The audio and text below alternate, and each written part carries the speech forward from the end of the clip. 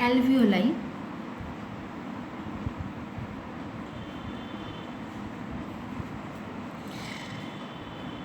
Alveoli হলো লাংসের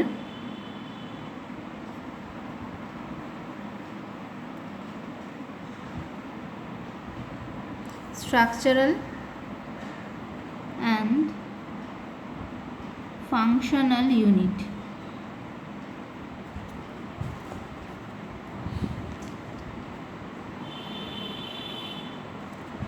দুটো lungs মিলিয়ে এদের টোটাল নাম্বার হচ্ছে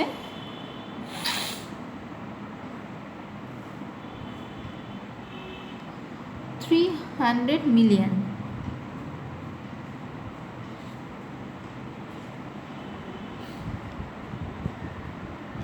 অ্যালভিওলাইতে যে এপিথেলিয়ামটা আমরা দেখতে পাই সেটাকে আমরা বলছি নন সিলিয়েটেড স্কোয়ামাস এপিথেলিয়াম।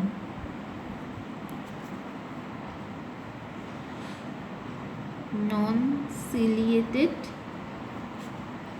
স্কোয়ামাস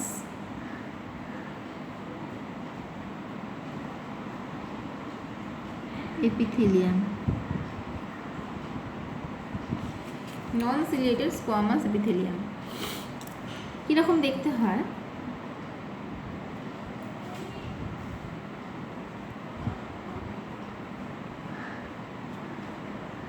এটা blood vessels, blood capillaries. Alveolar গায়ে এরকম এপিথেলিয়াল থাকে, এপিথেলিয়াম।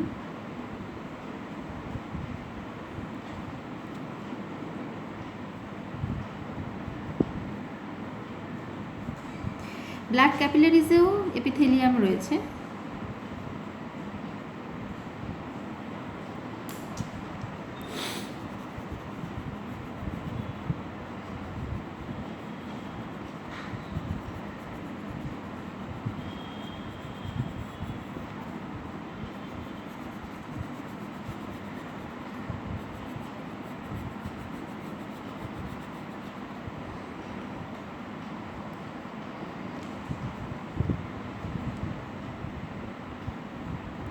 নন সিলিয়েটেড স্কোয়ামাস এপিথেলিয়াম যেটা আমি লিখলাম এইমাত্র করে, এটা হচ্ছে capillaries, blood capillaries.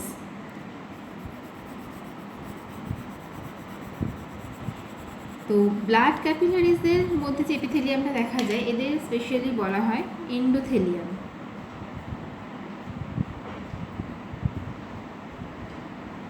Endothelium. Alveolar ওয়াল আর ক্যাপিলারি ওয়ালের মাঝখানে দুজনেরই একটা কমন স্ট্রাকচার দেখা যায়।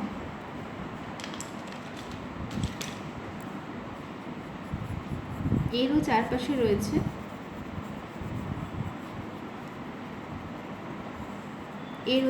রয়েছে এটাকে বলছে বেসমেন্ট মেমব্রেন।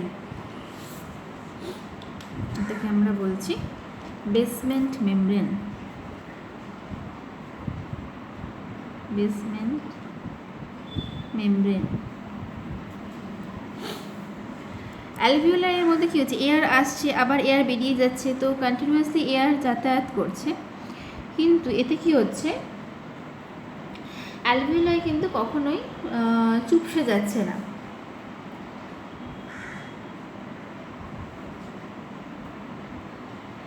তো অ্যালভিওলারের ওয়ালের ভেতরের দিকে যে এন্ডোথেলিয়াম সেল আছে তার মধ্যে কিছু কিছু সেল একটু স্পেশালাইজড হয়।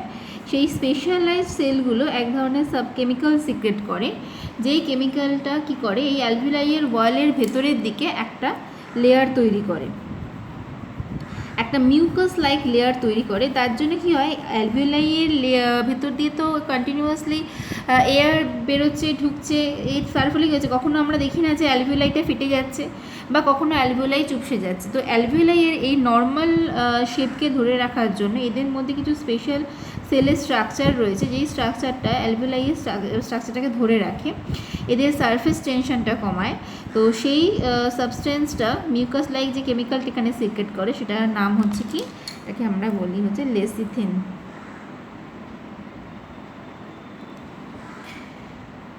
ঠিক আছে, তো এই গেল অ্যালভিওলাই।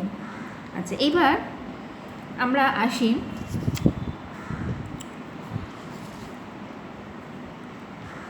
যেটা ডায়াগ্রামটা এখানে দেখছিলাম সেটাতে। তো এই মানুষটাকে যদি আমরা হরিজন্টালি সেকশন করি তাহলে কীরকম দেখতে লাগছে জিনিসটা এরকম। এটা হচ্ছে প্লুরা, এটা লাংসের সেকশন হয়েছে। প্লুরার ভেতরের দিকে এটা রয়েছে ভিসেরাল প্লুরা, ঠিক আছে, এটা হচ্ছে ভিসেরাল প্লুরা এই লাংসের। আর থোরাসিক চেম্বারের বাইরের দিকে রয়েছে প্যারাইটাল প্লুরা, এটা হচ্ছে প্যারাইটাল প্লুরা। দুটোর মাঝখানে রয়েছে প্লুরাল ফ্লুইড, এই দুটোর মাঝখানে ভিসেরাল প্লুরা আর প্যারাইটাল প্লুরার মাঝখানে রয়েছে প্লুরাল ফ্লুইড। আচ্ছা, এটা হচ্ছে বডি ওয়াল, চারপাশে রয়েছে এটা হচ্ছে বডি ওয়াল। থোরাসিক চেম্বার কিন্তু সবসময় এয়ার টাইট থাকে। মাঝখানে এটা হচ্ছে স্টারনাম, মাঝখানে যে আমাদের ব্রেস্ট বোন রয়েছে যেখান থেকে রিবসগুলো বেরিয়েছে, রিবসগুলো বেরিয়ে কী হয়েছে এইভাবে পেছন দিকে গেছে। তো এগুলো রিবসগুলো পেছন দিকে গেছে, স্টারনাম থেকে বেরিয়েছে আর ভার্টিব্রাতে গিয়ে লেগেছে। তো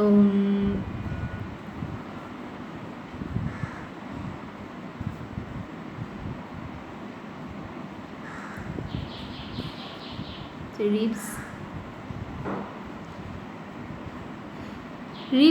দু রকমের আছে, একটা ট্রু রিবস একটা ফলস রিবস। যেগুলো ডাইরেক্ট স্টারনাম থেকে বেরিয়ে পিছনে ভার্টিব্রাল কলামের দিকে গেছে সেটাকে আমরা বলছি ট্রু রিবস। আর যেগুলো স্টারনাম থেকে বেরিয়ে পেছনের দিকে যেতে পারেনি, মাঝখানে শেষে মিশে যায়, ভার্টিব্রাল কলাম থেকে এসে সেটা এইখানে এসে শেষ হয়ে গেছে, স্টারনামে এসে জোড়া লাগতে পারেনি, ঠিক আছে, সেগুলোকে আমরা বলছি ফলস রিব। এখানে আমি যে ডায়াগ্রামে যা এঁকেছি সেটা সবটাই হচ্ছে ট্রু রিবস।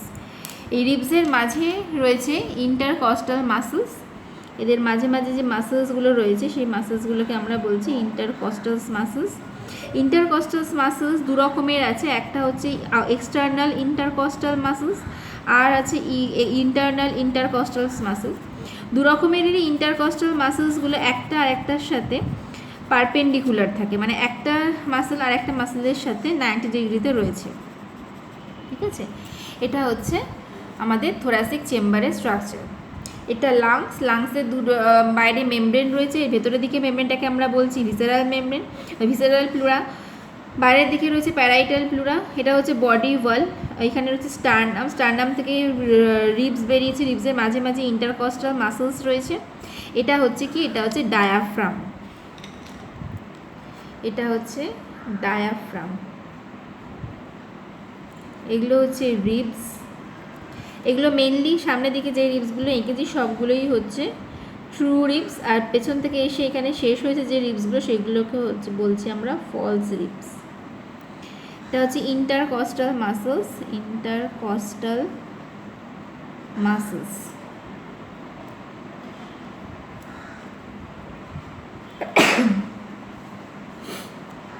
আচ্ছা, এবারে আমরা আসছি steps of respiration.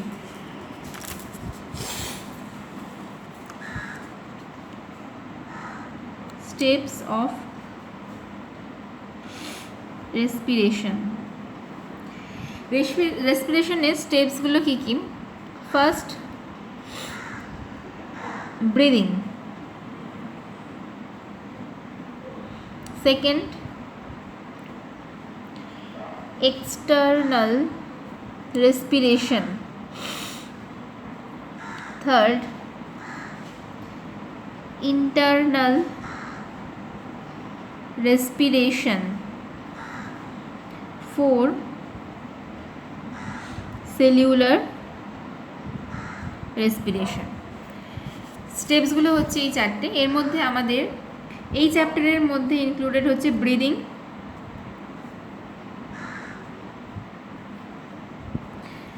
Internal R external respiration, ঠিক আছে। আচ্ছা, কোথায় কোনটা হচ্ছে সেটা আগে আমরা একটা ডেমো দেখে নিই। এই হচ্ছে অ্যালভিওলাই, এখানে রয়েছে কি ব্লাড ক্যাপিলারিস, আচ্ছা এখানে রয়েছে হার্ট,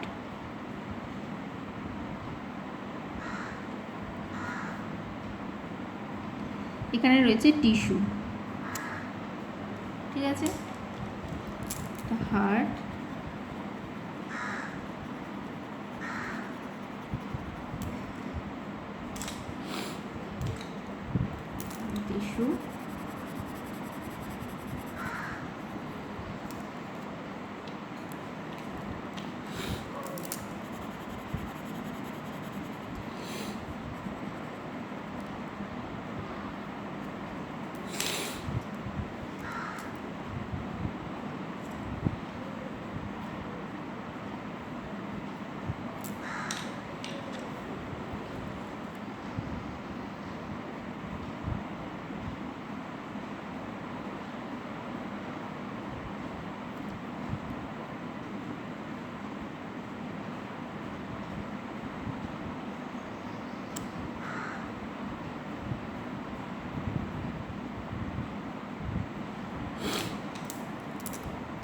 লাংসের অ্যালভিওলাই থেকে অক্সিজেন রিচড ব্লাড আর অক্সিজেনেটেড ব্লাড হার্টে আসছে, হার্ট থেকে সেটা আসছে টিস্যুতে, আবার ঠিক উল্টোটা হচ্ছে, টিস্যু থেকে ডিঅক্সিজেনেটেড ব্লাড চলে যাচ্ছে হার্টে,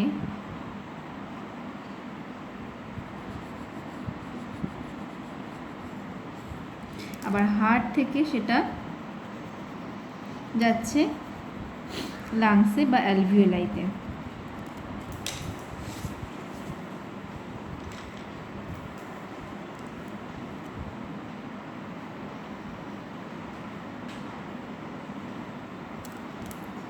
টিস্যু, হার্ট, অ্যালভিওলাই। ঠিক আছে, এবার কথা হচ্ছে কোথায় কোনটা হচ্ছে, স্টেপস অফ রেসপিরেশনের কোথায় কোনটা হচ্ছে।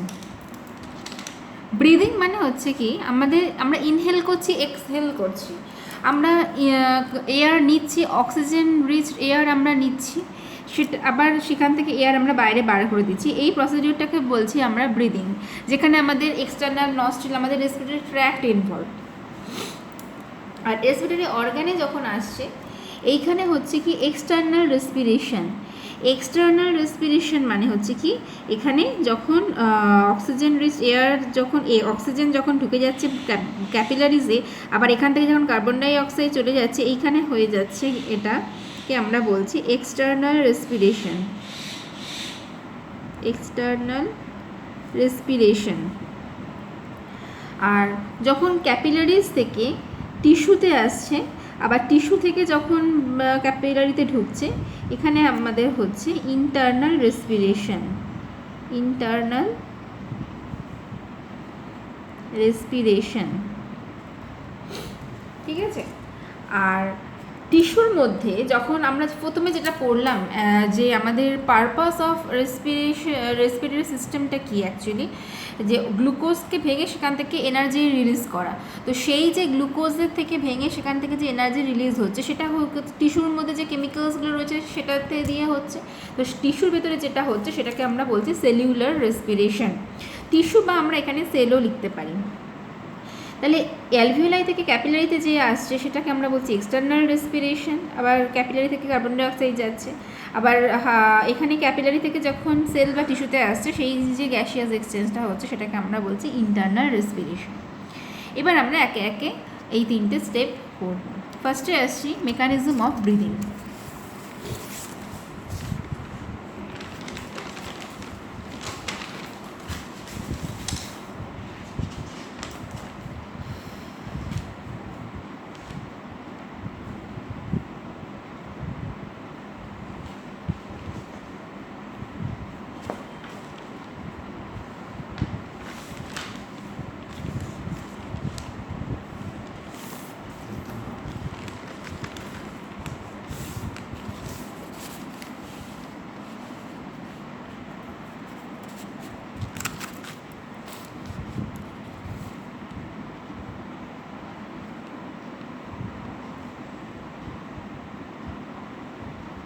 মেকানিজম অফ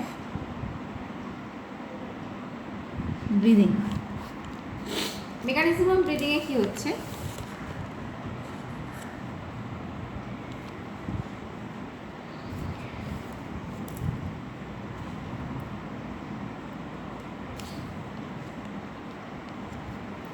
দুটো ভাগ আছে, একটা হচ্ছে ইনহ্যালেশন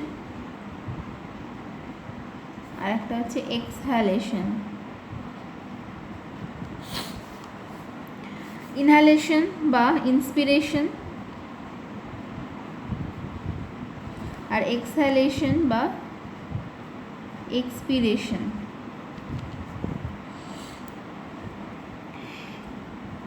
ইনহ্যালেশন মানে হচ্ছে যখন আমরা এয়ারটা নিচ্ছি ভেতরে, তো এখানে রেসপন্সিবল কী কী, এখানে হচ্ছে external intercostal muscles, internal intercostal muscles. Respiratory muscles আমাদের কী কী রয়েছে, রেসপিরেটরি মাসেলস রয়েছে কী কী, external intercostal muscles, internal intercostal muscles আর diaphragm।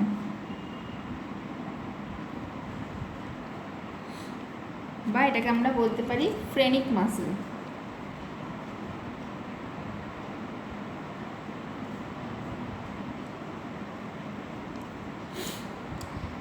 ঠিক আছে। আচ্ছা, কি হয়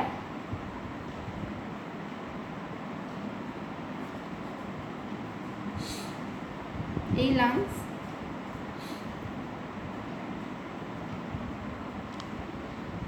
এখানে স্টারনাম রয়েছে,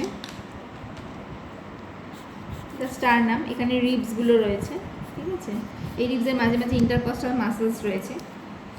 এই ইন্টারকস্টাল মাসলসগুলো কন্ট্র্যাক্ট করছে, ইন্টারমাস্টাল মাসলসগুলো কন্ট্র্যাক্ট করছে। আর ডায়াফ্রাম তো এইরকম আছে, এ একটু ফ্ল্যাট হয়ে যাচ্ছে, তার ফলে কী হচ্ছে, ডায়াফ্রাম আগের পজিশন ছিল এইরকম, এখন সে হয়ে গেছে ফ্ল্যাট। মানে ভেতরে এয়ার প্রেশার বা এয়ারের নেওয়ার ভলিউম বাড়িয়ে দিচ্ছে, মানে জায়গা হচ্ছে, ডায়াফ্রাম নিচে নেমে যাচ্ছে আর ইন্টারকস্টাল মাসলসগুলো কন্ট্র্যাক্ট করছে। মানে এখানে দুটো মাসলস কন্ট্র্যাক্ট করছে, ইন্টারকস্টাল মাসল কন্ট্র্যাক্ট করছে আর ডায়াফ্রাম কন্ট্র্যাক্ট করছে। এর ফলে হচ্ছে কি, ভেতরে অনেক বেশি জায়গা তৈরি হচ্ছে। এই জায়গা তৈরি হওয়ার জন্য কি হচ্ছে, ভেতরে আমরা কি জানি, যখন এয়ারের প্রেশার, এয়ার এবার যখন ভলিউম বাড়ছে তখন এয়ার প্রেশার কমে যাচ্ছে, তখন কি হচ্ছে, বাইরে থেকে এয়ার ভেতরে ঢুকছে। তাহলে কি হচ্ছে, যখন এইটুখানি জায়গার মধ্যে যতটা এয়ার প্রেশার রয়েছে, এখানে একটা পিস্টন আছে সাপোজ, ঠিক আছে, এবার এখানে কি এয়ার প্রেশারটা যদি আমি তুলে নিই, যদি পিস্টনটাকে আমি ওপরে তুলে নিই, তাহলে কি হবে, এর ভেতরে স্পেস আরও বেড়ে যাবে, তখন এর ভেতরে এয়ার প্রেশারটা কমে যাচ্ছে, ভলিউম বেড়ে যাচ্ছে যখন প্রেশার কমে যাচ্ছে। ঠিক আছে, এটাই হচ্ছে মেন পয়েন্ট। ভলিউম যেই বেড়ে যাচ্ছে, প্রেশার কমে যাচ্ছে, তাহলে আমরা লাংসের ভেতরে যদি আমরা ভলিউম বাড়িয়ে দিই তাহলে কি হবে, তাহলে তার এয়ার প্রেশার কমে যাবে। তাহলে এয়ার প্রেশার ভেতরে কমে গেলে বাইরে এয়ার প্রেশার বেশি, সেখান থেকে এয়ার ভেতরে ঢুকে আসবে। তো ঠিক তাই হচ্ছে, ইন্টারকস্টাল মাসলসগুলো কন্ট্র্যাক্ট করছে কীরকমভাবে, আউটওয়ার্ড কন্ট্র্যাক্ট। মানে ধরো এটা একটা বালতি, বালতির এই পাশে হ্যান্ডেলটা পড়ে আছে, এবার হ্যান্ডেলের পজিশন ফার্স্টে ছিল এইটা, এখন হ্যান্ডেলের পজিশন হলো এইটা।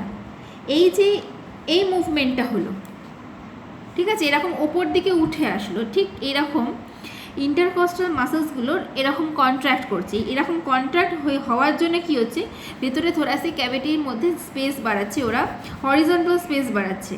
মানে আমি যে ডায়াগ্রামটা এঁকেছিলাম ফার্স্টে, এখানে ওরা ডরসাল আর ভেন্ট্রাল সাইডের এদেরকে স্পেস, এই হিউম্যান বিংসদের সামনের দিকটাকে আমরা বলছি ভেন্ট্রাল সাইড আর পিঠের দিকটাকে বলছি ডরসাল সাইড। তো ডরসোভেন্ট্রাল ওরা স্পেসটাকে বাড়াচ্ছে, ঠিক আছে। আর ডায়াফ্রাম যেই ফ্ল্যাট হয়ে যাচ্ছে, সেখানে কি হচ্ছে, অ্যান্টেরিয়র পস্টেরিয়র স্পেস বাড়ছে, মানে ওপর নিচে স্পেসটা বেড়ে যাচ্ছে। তাহলে কী হলো, ভেতরের দিকে অনেক বেশি ভলিউম বেড়ে গেল, তার ফলে হলো কি, এয়ার প্রেশার অনেক কমে গেল। এবং কমে যাওয়ার জন্য নস্ট্রিলস থেকে রেসপিরেটরি ট্র্যাক ধরে পুরো এয়ারটা বডির মধ্যে ঢুকে আসছে। আবার ঠিক একই রকম যখন টিস্যুতে পৌঁছে গেল, সেখান থেকে কার্বন ডাই অক্সাইড আবার ক্যাপিলারি হয়ে যখন লাংসে আসছে, তখন ভেতরে এয়ার প্রেশার আবার বেড়ে যাচ্ছে। আচ্ছা, এক্সপিরেশনের সময় হচ্ছে কি, এক্সপিরেশনের সময় নতুন করে কোনো মাসেলের কন্ট্রাকশন হচ্ছে না।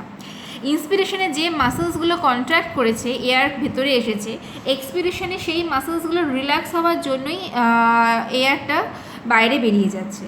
So inspiration is a active process and expiration আর inhalation is a passive process, আমরা এটা বলতেই পারি। তো এইভাবে আমাদের ব্রিদিংটা হচ্ছে। আচ্ছা, নেক্সট আসছি গ্যাসিয়াস এক্সচেঞ্জ। এই ইন্টারনাল অ্যান্ড এক্সটার্নাল রেসপিরেশন যে স্টেপটা রয়েছে, সেখানে আমরা মেনলি পড়ব গ্যাসিয়াস এক্সচেঞ্জ। কারণ আমরা আগের ডায়াগ্রামটা আরেকবার দেখি।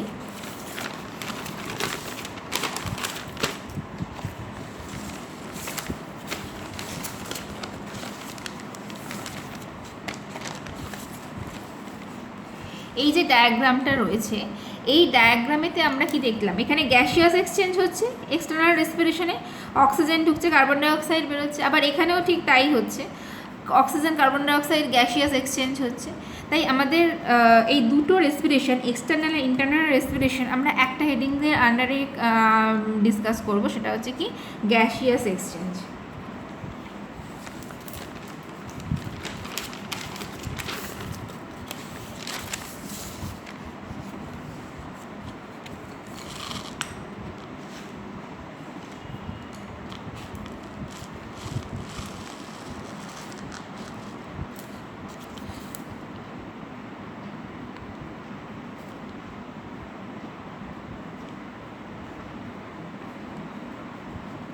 গ্যাসিয়াস এক্সচেঞ্জ,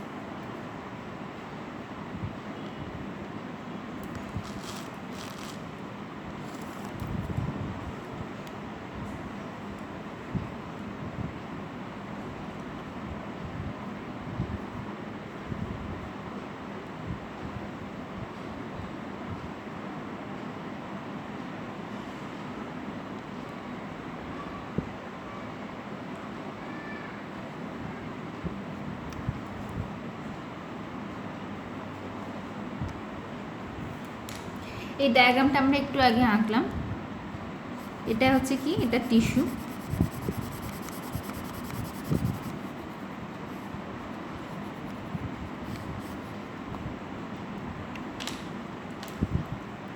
এটা হার্ট,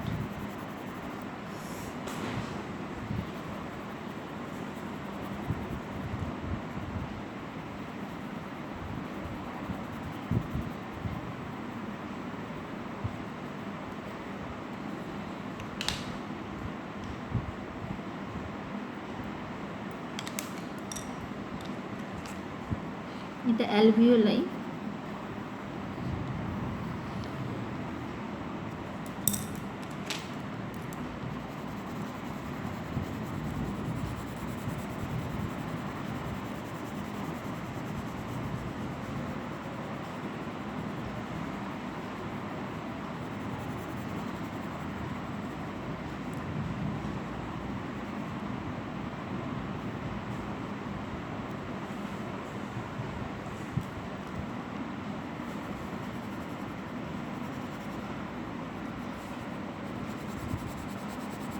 এটা ডিঅক্সিজেনেটেড ব্লাড,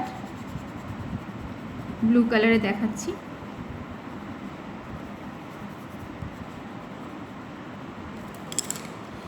এটা অক্সিজেনেটেড ব্লাড,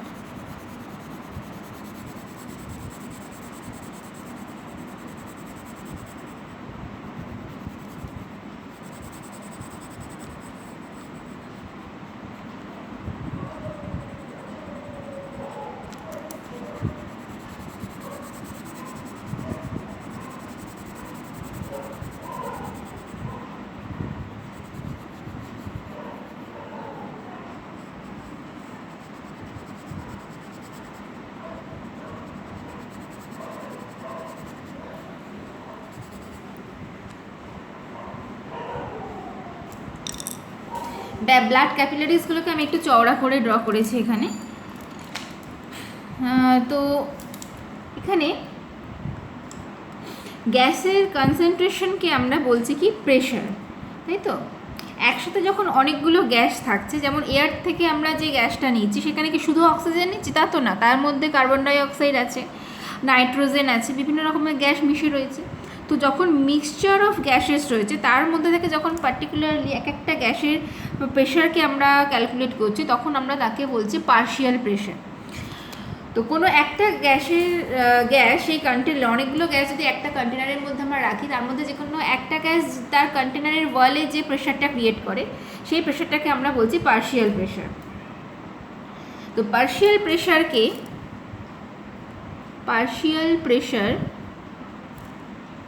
একে আমরা বোঝাই পিপি দিয়ে, ঠিক আছে। তো এয়ার থেকে যে এয়ারটা আমরা ইনহেল করছি, মানে আমরা নিঃশ্বাসের মানে প্রশ্বাস, অ্যাকচুয়ালি ইন্সপিরেশন মানে প্রশ্বাস আর এক্সপিরেশন মানে নিঃশ্বাস, মানে যে এটা আমরা নিচ্ছি, ইনটেক করছি যে এয়ারটা আমরা, সেখানে অক্সিজেনের পার্শিয়াল প্রেশার হচ্ছে কত, পিপি অফ O2 104, আর কার্বন ডাইঅক্সাইড হচ্ছে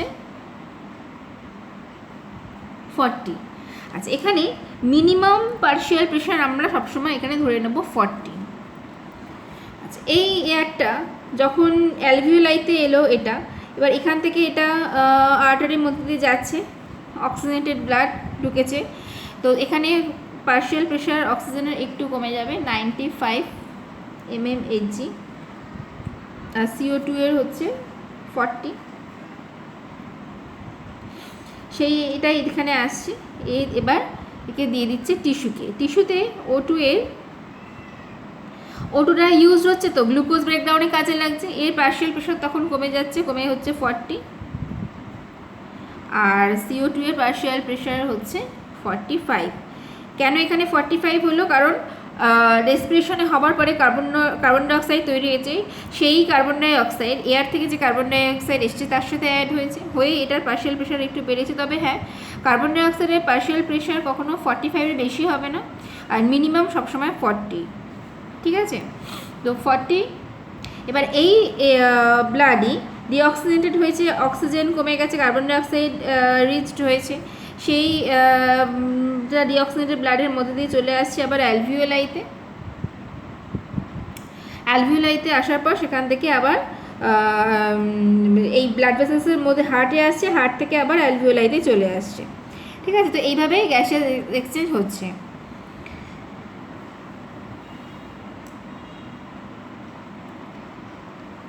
এটাকে আমরা একটা চার্টে দেখি কীরকম এর ভ্যালুগুলো।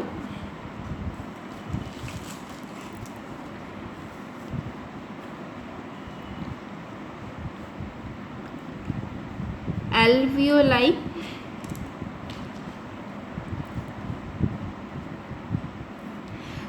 আচ্ছা এখানে আমি ডায়াগ্রামে একটা জিনিস বলে দিই, এটা হচ্ছে অ্যালভিওলাই, আচ্ছা এটা হচ্ছে oxygenated blood,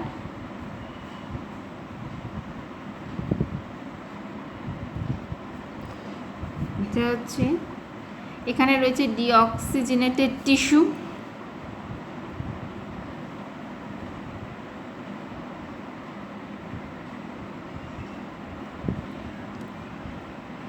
deoxygenated blood,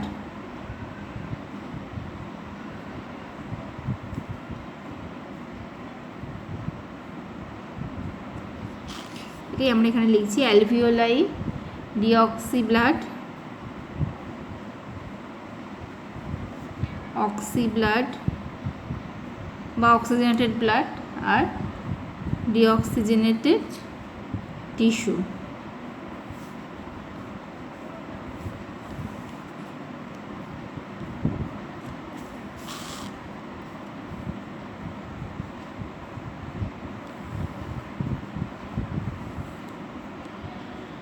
O2 CO2, অ্যালভিওলাইতে অক্সিজেন বেশি থাকে, কার্বন ডাইঅক্সাইড কম, তাহলে এখানে আমরা বললাম কি কার্বন ডাইঅক্সাইডের পার্শিয়াল প্রেশার আমরা সবসময় মিনিমাম হচ্ছে কত 40, তাহলে যেখানে আগে কমগুলো আছে সেগুলো লিখে নিই। 40 মানে মিনিমাম পার্শিয়াল প্রেশার সবসময় 40, সেটা অক্সিজেনের ক্ষেত্রেও 40 হবে, কার্বন ডাইঅক্সাইডের ক্ষেত্রেও 40 হবে, আর ম্যাক্সিমাম ভ্যালু অফ CU সবসময় হচ্ছে 45। তাহলে অ্যালভিওলাইতে কী হচ্ছে, এয়ারের মধ্যে কার্বন ডাইঅক্সাইড কম থাকছে, অক্সিজেন বেশি থাকছে, ঠিক আছে। তাহলে এখানে আমরা লিখতেই পারি অ্যালভিওলাইতে 40 হচ্ছে কার্বন ডাইঅক্সাইড। ডিঅক্সিজেনেটেড ব্লাড, সেখানে কী হচ্ছে,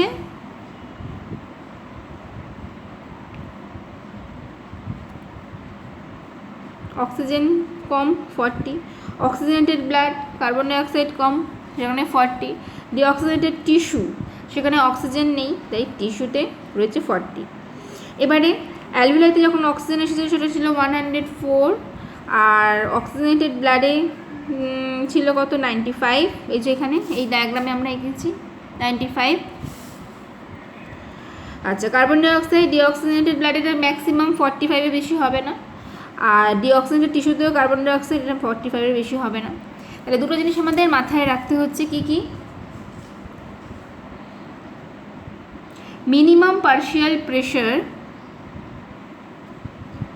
minimum partial pressure is 40 mmHg. Maximum value of Cu, maximum value of Cu 45 mmHg. এইটা আমাদের মাথায় রাখতে হবে। আচ্ছা,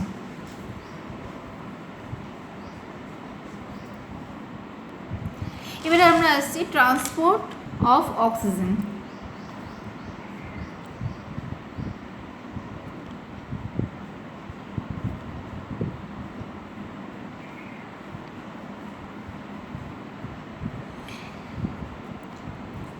অক্সিজেন কীভাবে ট্রান্সপোর্ট হচ্ছে? এটা হচ্ছে অ্যালভিওলাই, এটা ব্লাড ভেসেলস, এখানে O2 আছে। ব্লাড ভেসেলসের মধ্যে কি আছে? আরবিসি আছে, এই তো আরবিসি আছে, আর বাইরে প্লাজমা রয়েছে। এই বাইরে এটা হচ্ছে প্লাজমা,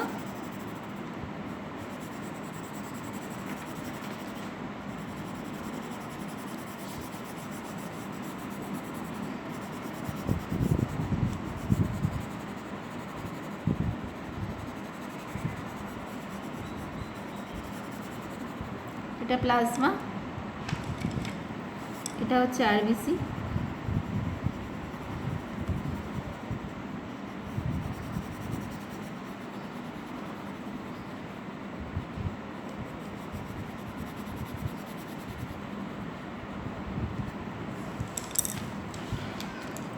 অক্সিজেন যখন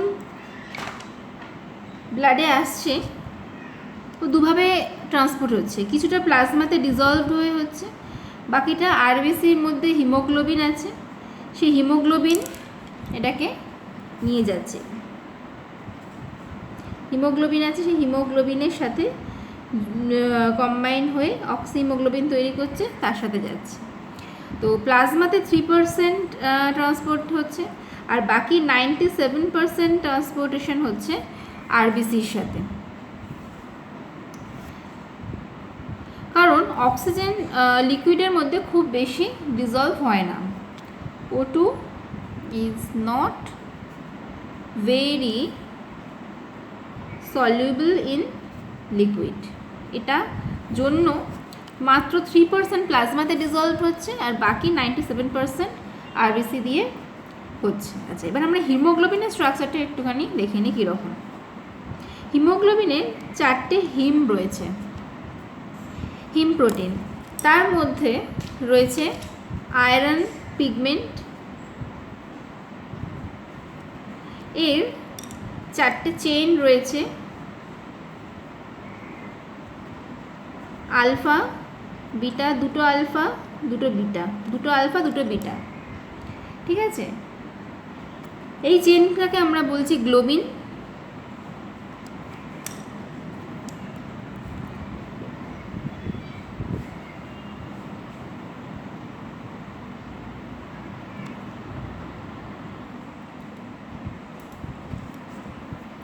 এটা বলছি হিম, এটা হচ্ছে গ্লোবিন প্রোটিন। কার্বন ডাইঅক্সাইড এই অক্সিজেন এই হিম এই প্রোটিনের সাথে কম্বাইন হচ্ছে, হয়ে ট্রান্সপোর্ট হচ্ছে, মানে অক্সিজেন এসে এর সাথে জোড়া লাগছে, ঠিক আছে? সেজন্য আমরা বলি HbO4, 4টে হিম প্রোটিনের সাথে 4টে অক্সিজেন এসে জোড়া লাগছে। এভাবে আরবিসির মধ্যে দিয়ে অক্সিজেন ট্রান্সপোর্ট হচ্ছে হিমোগ্লোবিনের সাথে। যে কম্বিনেশন বা যে কম্পাউন্ডটা তৈরি হচ্ছে সেটাকে আমরা বলছি কি? Oxy haemoglobin.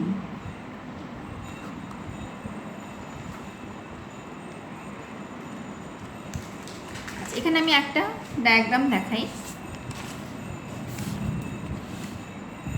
এই ডায়াগ্রামটা কি হচ্ছে, হিমোগ্লোবিন এখানে আমি এটা অন্যরকমভাবে দেখিয়েছি, 4টে অক্সিজেনকে ক্যারি করেছে। এবার সেই নিয়ে আসছে আরবিসি, এসে এটা টিস্যুতে এসেছে, এসে যখন টিস্যুকে দিচ্ছে সে কিন্তু একবারেই 4টে অক্সিজেন দিয়ে দিচ্ছে না, সে অ্যাট এ টাইম একটা দিচ্ছে। কারণ অক্সিজেনের সাথে হিমোগ্লোবিনের একটা খুব জবরদস্ত আর কি একটা বন্ড তৈরি হয়, সহজে কিন্তু হিমোগ্লোবিন অক্সিজেনকে ছাড়তে চায় না। কি হয়, যখন টিস্যুর কাছে এসে